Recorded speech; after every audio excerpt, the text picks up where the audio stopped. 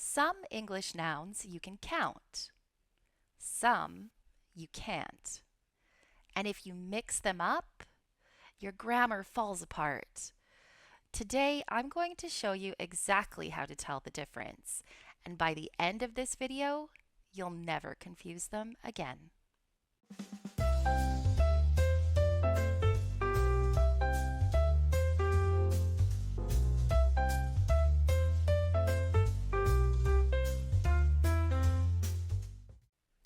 Welcome back to No Borders English Studio, the channel where English has no borders. I'm your host, Teacher Tara, and today we're on part 2 of our A1, A2 grammar mini-series. Last time we learned all about there is and there are. If you missed that one, check the pinned comment below for the link. Today's lesson, countable and uncountable nouns. This is one of the most important building blocks in English grammar. And once you understand it, so many other things start to click into place. So let's go. But before we dive into the full lesson, here's a quick trick to keep in your back pocket. I call it the finger test. Hold up your hand. If you can count a noun on your fingers, 1 book, 2 books, 3 books, it's countable. If it's a liquid, a powder, or a mass that you can't separate into individual pieces, like water or rice, it's uncountable. And here's the grammar shortcut that goes with it. Countable nouns can take an S. Uncountable nouns never do. You can have apples, but you cannot have milks. That's your cheat sheet. Now, let's look at why. A countable noun is a person, a place, or a thing that exists as a separate individual unit. You can see exactly where one ends and another begins. Because of that, countable nouns have 2 forms, singular and plural. 1 book, 3 books. 1 chair, 5 chairs.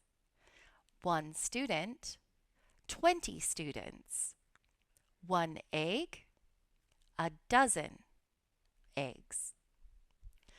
Countable nouns also work with a or an in the singular.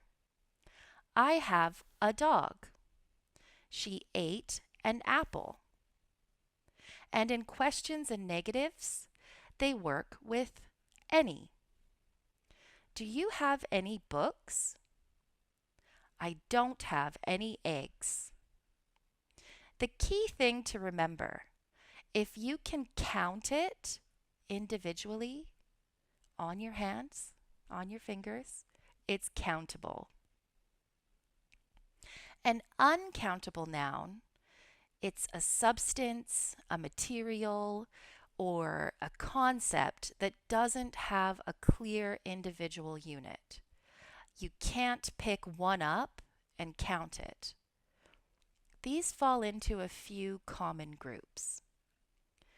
There are liquids and substances. These are things like water, milk, oil, juice, coffee. There are powders and grains, like rice, sugar, flour, or salt. There are materials, such as wood, plastic, glass, or metal. Or there are abstract concepts like music, information, advice, knowledge, love. Uncountable nouns have only one form, the singular. They do not have a plural. That means we do not put S on the end of them. For example, I need some rice. We cannot say, I need some rices. They also don't use a or an. For example, can I have some water? We cannot say, can I have a water? Instead, we use measure words or container words to talk about specific quantities. A glass of water, a bag of rice, a spoonful of sugar, a piece of information, a cup of coffee. Notice what happens. The container word is countable and takes the S. The noun inside stays exactly the same. 2 glasses of water, 3 bags of rice. Here's where it gets a little tricky or interesting. Some nouns can be countable or uncountable, depending on what you mean. For example, chicken. There's a chicken in the garden. This is countable because we're talking about the animal chicken. Would you like some chicken? This is uncountable because we're talking about the meat, the food.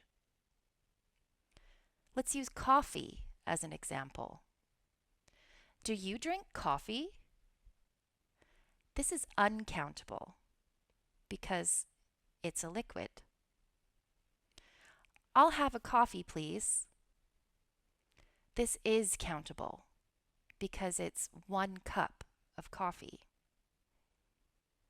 Let's use glass for another example. She drank a glass of water. This is countable because the glass is the container. The table is made of glass. This is uncountable because now the glass is a material. The meaning shifts depending on context, and that's completely normal.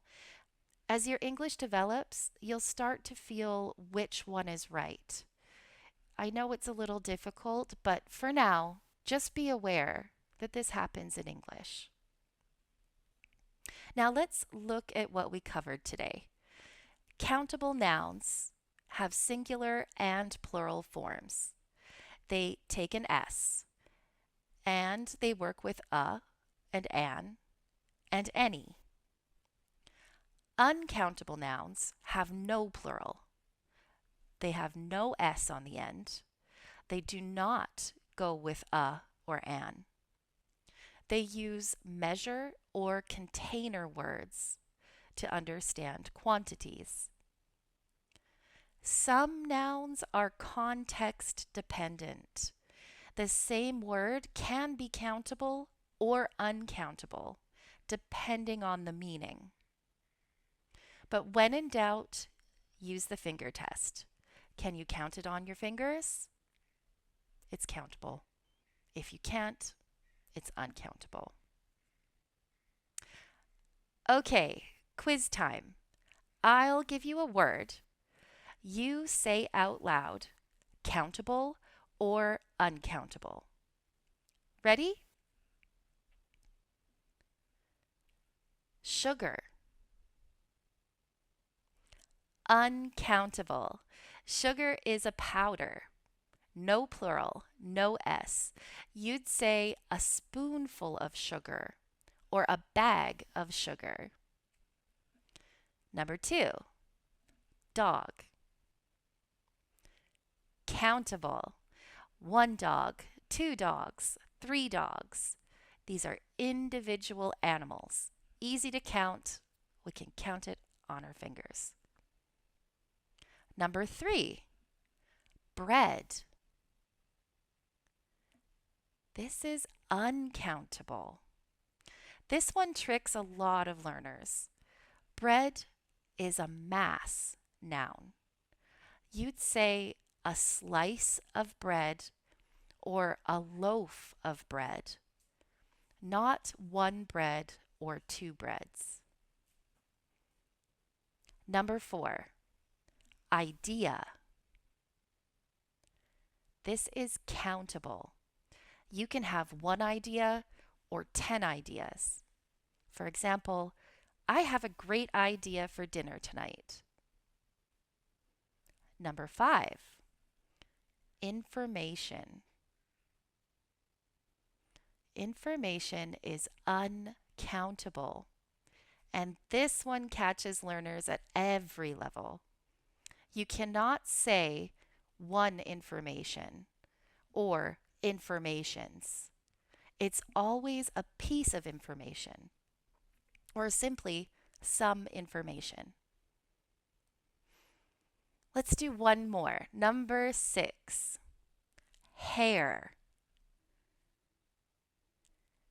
This one was a little tricky because hair can be both. She has long hair. In this context, it's uncountable because hair is a mass. There's a lot of it. There's a hair in my soup. This one is countable.